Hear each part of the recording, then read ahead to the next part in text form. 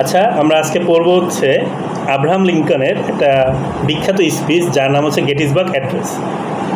সে তার স্পিচে শুরু করছেন, 4 years ago our father brought forth on this continent a new nation conceived in liberty and dedicated to the proposition that all men are created equal। মানে এখানে বলতে চাচ্ছেন যে এই যে 4 স্কোর, 1 স্কোর হচ্ছে 20 বছর, আর 4 স্কোর মানে হচ্ছে 4 20 80, আর 7 অর্থাৎ 87 বছর আগে এখানে তিনি বলতে চাচ্ছেন যে 87 বছর পূর্বে আমাদের পূর্বপুরুষেরা এই মহাদেশে নতুন একটা জাতির জন্ম দিয়েছিল, স্বাধীনতায় বিশ্বাসী হয়ে।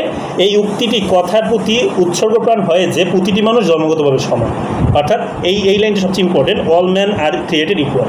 এখানে হোয়াইট ব্ল্যাক এগুলো সব তিনি সমান বলছেন। হ্যাঁ, তারপর বলছে now we are engaged in a great civil war. এখানে সিভিল ওয়ার বলতে 1863 সালে, মেবি 1863 সালে তাদের একটা গ্রেট সিভিল ওয়ার হয়েছিল, মানে তাদের যে দুই জাতির ভিতরে যেটা গৃহযুদ্ধ হয়েছিল। Testing whether that nation or any nation so conceived and so dedicated can long endure. মানে একটা জাতির জন্য এখন আমরা বড় ধরনের গৃহযুদ্ধ জড়িয়ে পড়েছি। এটা পরীক্ষা করতে হয় যে জাতি এরূপ বিশ্বাস বা আত্মস্বর্গ নিয়ে দীর্ঘকাল টিকে থাকতে পারে কিনা, কতটা বললাম আমি। এখন দেখো, now we are engaged in a great civil war. আমরা এখন কিতে আছি? বড় একটা গৃহযুদ্ধে আছি। Testing whether that nation or any nation can conceive so dedicated can long endure. আমাদের মতো এত দীর্ঘ সহ্য করার মতো তাদের ক্ষমতা নাই, মানে কষ্ট। হ্যাঁ, তারা যে টেস্টিং করতেছে, পরীক্ষা করতেছে যে এরকম যুদ্ধ করে কি আমরা টিকে থাকতে পারবো কিনা দেশ হিসেবে। আচ্ছা, তারপর can long endure we are met a great battle field of that war. ওই যুদ্ধে আমরা বড় একটা রণক্ষেত্রে পড়েছিলাম, ব্যাটেল ফিল্ডে। We have come to dedicate a portion of that field as a final resting place for those who are gave their lives the nation might live. মানে ওই যে যুদ্ধে তারা আমাদের দেশের অনেক স্বাধীনতাকামী মানুষ মারা গেছে। তারা কেন মারা গেছিল? যাতে আমরা শান্তিতে বসবাস করি। আমাদের যারা সোজা কথা মুক্তিযোদ্ধা সেই দেশে, তারা কী চেয়েছিল? একটা স্বাধীনভাবে বেঁচে থাকার জন্য। কিন্তু it is altogether fitting and proper that we should do this. আমাদের কী করা উচিত? তারা যে জিনিসটা দিয়ে গেছে, আমাদের কী দিয়ে গেছে? একটা জাতি, একটা দেশ, একটা কন্টিনেন্ট স্বাধীন, সেটা আমাদের কী করতে হবে? রক্ষা করতে হবে। কিন্তু আমরা কী করতেছি? আমরা নিজেরা যুদ্ধ করতেছি। But in a large sense, যদি আমরা মানে বৃহৎ অর্থে ভাবতে যাই, large sense, we can not dedicate, we can not consecrate, we can not hallow this ground. এই যে গ্রাউন্ডটা, এই যে ডেডিকেট, কী বলতে? ডেডিকেট মানে হচ্ছে তোমার নিজেরা উৎসর্গ করে দেওয়া। আমরা নিজের উৎসর্গ করতে পারবো না। উই ক্যান নট কনসেন্ট্রেট মানে ঈশ্বর সেবা উৎসর্গ করা, আর হলো মানে পবিত্র কাজ করা। যদি করতে পারবো না, যতক্ষণ না কী করতে হয়?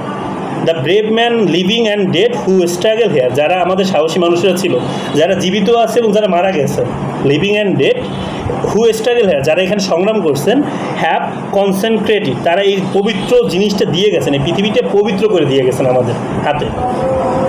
যাক, far above our poor power to add or distract, that will little not nor long remember what we say here, but it can never forget what they did here।